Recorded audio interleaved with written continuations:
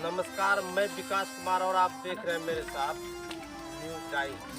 और हमारे साथ जो आज खास मेहमान मौजूद हैं वो तिनटंगा दियारा दक्षिण पंचायत के ही नहीं है, बल्कि पूरे बिहार राज्य में जो गंगोता समुदाय का एक जाति है उनका भी इन्होंने प्रतिनिधित्व किया है और ये अखिल भारतीय गंगोत्री महासभा के अध्यक्ष भी हैं। आज हम कई प्रकार के मुद्दे हैं, ज्वलंत मुद्दे हैं, इन्हीं मुद्दे पर हम प्रोफेसर साहब से बातचीत करेंगे, जिसका कि एक्सक्लूसिव इंटरव्यू आप देखेंगे मेरे चैनल पर। आप नए हैं तो इसको सब्सक्राइब और लाइक कमेंट जरूर कीजिएगा। सर, आपका बहुत बहुत स्वागत है। आप हमें सर एक प्रश्न बताइएगा कि आपका प्रारंभिक शिक्षा इसी गांव में हुआ था या बाहर में हुआ था? प्रारंभिक शिक्षा तो इसी गांव में, मैं मिडिल पास इसी गांव से किया था। इसी गांव से? उसके बाद शहर में भी किए हैं कि यहीं से इंटर मैट्रिक बीए तक? नहीं, इसके बाद तो हम शहर चले गए। शहर चले गए, भागलपुर। प्रोफेसर बनने से पहले आप राजनीति में सक्रिय थे या प्रोफेसर बनने के बाद आप राजनीतिक में आए? दोनों साथ साथ करते रहे, चुनाव लड़ते रहे और काम कॉलेज में काम भी करते थे और चुनाव भी लड़ते थे। पहले तो जब जीबी कॉलेज प्राइवेट था तब से आप सेवा वहाँ दे रहे थे? हाँ। तो प्रमुख जब सर आप बने थे तो प्रोफेसर बनने से पहले बन गए थे या बाद में बने थे? नहीं, प्रोफेसर बनने के बाद हम प्रमुख बने तो उस पर हमारे विरोधी ने केस किया। अच्छा। कि प्रमुख जो है चुनाव नहीं लड़ सकता है। तो हम कहे कि temporary service is not a permanent service. Temporary service में कोई भी आदमी चुनाव लड़ सकता है। तो हमारे एक विरुद्ध में जब केस किया इन्होंने जज भागलपुर में, जज के यहाँ, उस पर हमारी जीत हो गई।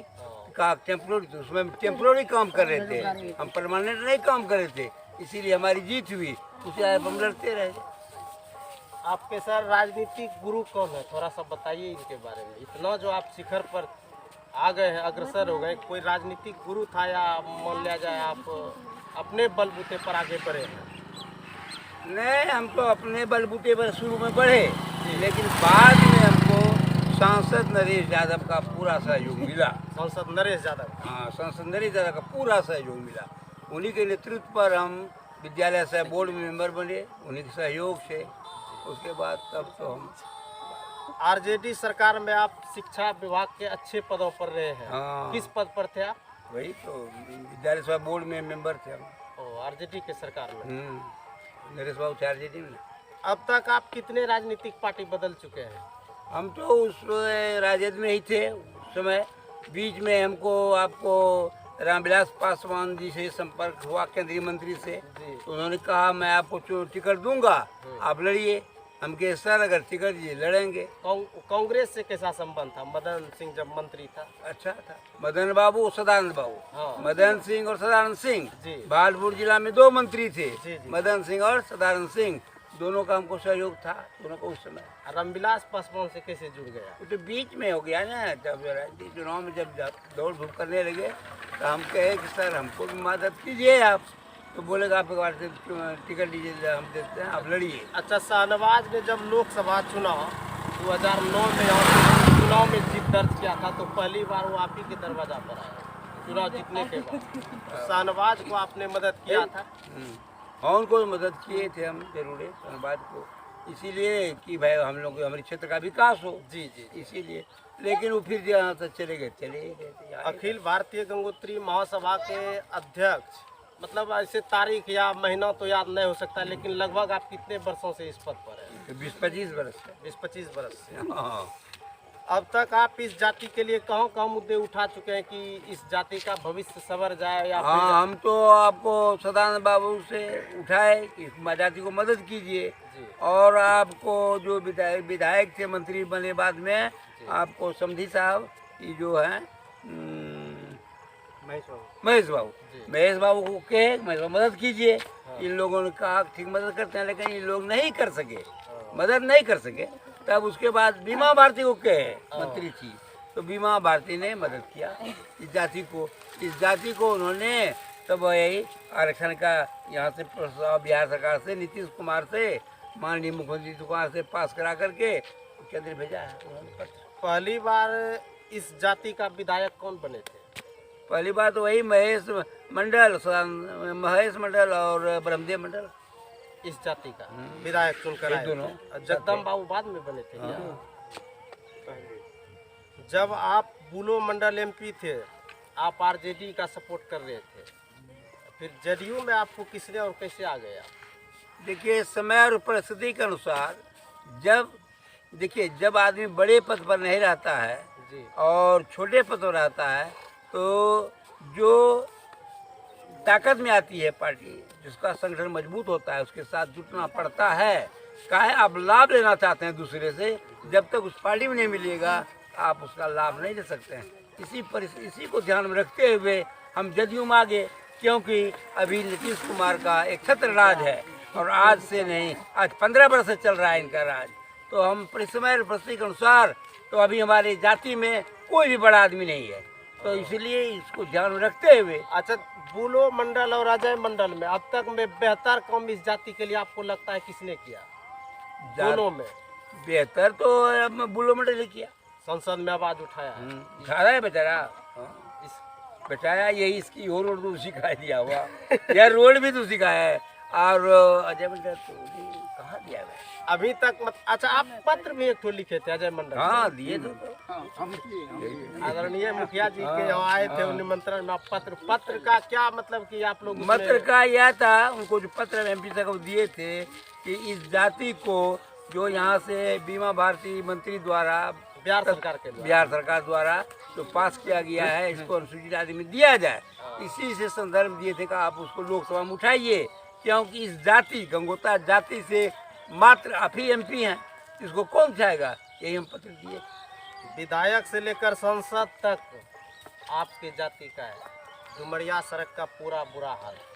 हाँ, तो हम लोग आज से 4-5 दिन पहले यहाँ के भोला मंडल मुखिया और हम दोनों आदमी गए थे इस बात को कहने के लिए विधायक को। तो हम लोग दे रहे हैं पिटीशन, और वहाँ सब जगह दे चुके हैं, लेकिन काम नहीं हो रहा है। और तो विधायक जी नहीं थे, विधायक जी का लड़का था, उन्होंने कहा कि सड़क तो हम ही बनाएंगे, कोई नहीं बना सकता है मेरे रहते हुए, क्यों कि हम मजबूत बनाएंगे, दूसरा कमजोर बना देगा। तो हम लोग कहे भाई कमजोर या मजबूत हो, मीडियम हो तो बनाओ। तो वो तो करने लगे नहीं नहीं चाचा खूब मजबूत बनाएंगे, लेकिन यह जो है आज तक कुछ निष्कर्ष नहीं निकल सका। तो हम कहे वो तो निकल चुका है पेपर में 4 करोड़ और 77 लाख का अब हो गया है, विभागीय स्वीकृति हो गया है। तो कहा क्या, वह तो गलती लिखा गया है पेपर में, विभागीय गलती है, इसीलिए वह हम बनाएंगे, यह विधायक जी का लड़का का। अच्छा, तिनटंगा दियारा में जो कटाव निरोधी का काम चल रहा है, उसमें सबसे पहले इस बात का मुद्दा आपने उठाया था, यहाँ का पूर्व मुखिया गणेशी मंडल, किसका उसमें योगदान है पहली बार मुद्दा उठाने में? नहीं, कार्य होना चाहिए। मुद्दा तो हम भी उठाए थे, वो भी थे, हम कैसे कहते हैं नहीं क्या कहेंगे, हम मुद्दा उठाए थे, हम वहाँ लिख के दिए थे, वहाँ उस पर राष्ट्रपति प्रणब मुखर्जी हमारे साथ थे, हमारा तो ग्रुप ही अलग है। तो आप लोग एक टीम बना के मतलब कि गए थे विधायक जी से रोड के बारे में मिलने के लिए। अच्छा, गंगोता जाति को जो बिहार सरकार ने अनुसूचित जनजाति का दर्जा दिया है, इसके लिए आप मुख्यमंत्री को कैसे देखते हैं? आपके समुदाय के जाति के प्रति खास करके नीतीश कुमार को ऐसा माना जाता है कि दलितों का, पिछड़ों का, अगड़ों के लिए ये कार्य करते हैं, इस दृष्टि से कैसे देखते हैं? तो नीतीश कुमार तो जरूर पक्षधर हैं, क्योंकि अगर पक्षधर नहीं रहते तो बिहार से कैसे पास होता, बिना मुख्यमंत्री का तो पास नहीं हुआ, पास तो हो गया यहाँ से, अब तो वहाँ केंद्र में है, अब तो भारत सरकार में है, तो वहाँ जाना होगा, वहाँ तो जा करके लगना होगा, तभी अनुसूचित जनजाति मंत्रालय में, अनुसूचित मंत्रालय में जाने से तभी वहाँ पास होगा। अच्छा, इतने दिनों से दियारा क्षेत्र का जो विकास का गति है, गोपाल मंडल के जितने के बाद प्रोग्रेस हुआ है या नहीं हुआ है? जितना होना चाहिए प्रोग्रेस उतना नहीं हो सका है। मतलब आपको इस बात का दुख है कि जरूर होना चाहिए, नहीं हुआ। क्या है, मेन मुद्दा है यहाँ हम लोगों का सड़क का, मेन मुद्दा है सड़क एकदम रद्दी है। हम तो कहे विधायक जी को, देखिए हम लोग जो पटना जाते हैं 250 किलोमीटर, 250 किलोमीटर में आपके साथ रद्दी सड़क कहीं नहीं। मतलब इस बात का आप उल्लेख किए हैं। ये हम खूब उनको 250 किलोमीटर जब पटना जाते हैं कहीं नहीं ऐसा है, फिर आज ऐसा क्यों है आपके क्षेत्र में मुख्यमंत्री जी ने राजकीय संत विनोबा उच्च विद्यालय जो दिए हैं, राजकीय का दर्जा दिया गया है, इसमें सबसे ज्यादा किसका योगदान आप मानते हैं? इसमें तो गणेशी मंडल का है, पूरा गणेशी मंडल। खटे हैं वो, गणेशी मंडल हाँ। को मतलब कि युवक के साथ खटते थे। पटना का भी दौरा बार बार हाँ। करते थे और मुख्यमंत्री से उनका खास लगाव भी इसी कारण लगा हुआ, इसी बिंदु लेकर। अच्छा सर, आपके बारे में एक यह भी चर्चा चलता है कि आप सुबह या शाम में जब घूमते हैं तो यहाँ की जनता के बीच मिलते हैं तो काफी लोगों को हंसते और हंसाते हैं, इसका राज कहाँ से आप लाते हैं? इसलिए हंसते हंसाते हैं, हम लोगों का जो उम्र हो गया अब लगभग 79 वर्ष उम्र है मेरा, तो यह जीवन को बिताने के लिए, स्वस्थ रहने के लिए हंसना जरूरी है। नहीं अगर हंसेंगे नहीं हंसाएंगे तो जीवित कैसे रहेंगे? इसीलिए दुख को हटाइए, हंसते रहिए, मुस्कुराते रहिए और दूसरे को भी हंसाइए, आगे बढ़ने का यही उपाय है। अच्छा, तो आप नवगछिया से लेकर के पटना तक में रहे, आपको ऐसा लगता है कि मतलब कि शहर में ज़्यादा आपको मज़ा आता है या गाँव? नहीं, पहले तो जब नौकरी में जब तक हम रहते थे, लेकिन सर्विस जब रिटायर करके हम तो गाँव में रहते हैं, गाँव मन लगता है। ये वहाँ जाते हैं, एक दिन भी नहीं रहते हैं और एक दिन भी आप नहीं रह सकते? ना, हम तो दिन भर काम करते हैं, शाम को चले आते हैं, कहते हैं सुमला में जाए, अरे रह जा, इसीलिए गांव ही मेरा है, गांव समाज ही मेरे लिए है, विकास ही मुद्दा है हम लोगों को। अच्छा, कृषि के कार्य जो आप करवाते हैं बटेदारों से, अन्य लोगों से, तो कृषि में भी आपको देखते हैं काफी आप खुश रहते हैं और हाल फिलहाल में आप मछली पालन के लिए भी आवेदन दिए हैं। किसको आवेदन दिए हैं? हाँ, मत्स्य पालन के लिए हम आपके बिहार सरकार के मत्स्य और अति पशुपालन एवं मत्स्य उद्योग मंत्री मुकेश सहनी को हम आवेदन दिए हैं और हम कहे हैं कि हमको 6 एकड़ जमीन है, 6 बीघा जमीन है, लगभग 3 बीघा जमीन ऊपर में है जिसमें कि खेती होती है और 3 बीघा जमीन लगभग धार में है। इसी में सर हम लोग मछली पालन का भी काम करते हैं, लेकिन हम लोग गरीब हैं, इसीलिए जब तक सरकारी सहयोग नहीं मिलेगा तब तक हम अच्छा पालन नहीं कर सकते हैं। इसीलिए मेरा अनुरोध है आपसे, आप इसको स्वीकृत करें और स्वीकृत कर करके आप इसका निरीक्षण करवाएं और सरकारी सहयोग देने की महती कृपा की जाए। अच्छा, इस क्षेत्र में आप कॉलेज चाहते हैं बच्चा बुतरू के लिए कि एक कॉलेज खुल जाए ताकि लड़की सबको खास करके पढ़ने में अच्छा हो? इस क्षेत्र के लिए, इस क्षेत्र के लिए कॉलेज हम चाहते हैं, लेकिन अब मैं जानता हूं कि जो भी कॉलेज आज खुलेगा उसकी स्वीकृति नहीं मिलेगी। हम विधान जानते हैं, क्योंकि जो नवगछिया में कॉलेज बाद में खुला वो आज तक स्वीकृत नहीं हुआ। अच्छा, मुख्यमंत्री जी का एक और भी नारा है कि प्रत्येक पंचायत में हम +2 विद्यालय देंगे। हाँ, नीतीश कुमार का मुख्यमंत्री जी का यह योजना है +2 वाला, यह सही है उनका, +2 ठीक है। इसीलिए +2 का ये स्कीम है, उसको सरकार पैसा देगी, वेतन पैसा दे, इसीलिए से वह ठीक है। कॉलेज खुला ठीक नहीं है, +2 ठीक। इधर तेजस्वी यादव ने आरोप लगाया है कि 2-3 महीने में नीतीश कुमार का सरकार गिर जाएगा। तेजस्वी यादव तेजस्वी यादव जो सोचते हैं 2-3 महीने में सरकार गिर जाएगी, यह कभी संभव नहीं है। तेजस्वी यादव को मैनिया हो गया, एक बीमारी हो गई है। क्या वो आते हैं क्या किसी सरकार गिर जाए मुख्यमंत्री बन जाए? न आपको काम करने की क्षमता है, न आप काम कर सकते हैं, न आप सोच सकते हैं, न आप पढ़े लिखे हैं, न आप इंग्लिश लिखे हैं। 9th क्लास पास का आदमी मुख्यमंत्री नहीं बन सकता है। जब उसको अध्ययन ही नहीं है वह क्या समझेगा? मतलब अभी राजनीति में वो कच्चे हैं, राजनीति में कच्चे हैं और इसीलिए भविष्य उनका अंधकारमय है। तब तो आपने सर तेजस्वी पर बड़ा गजब आप बयान दिए हैं। तो ये थे हमारे साथ अखिल भारतीय गंगोत्री महासभा के doctor professor Rajendra Prasad Sharma. Sir, आप आए, हमारे साथ बातचीत किया, आपको बहुत बहुत धन्यवाद है। आप लोगों को भी मैं धन्यवाद देता हूं।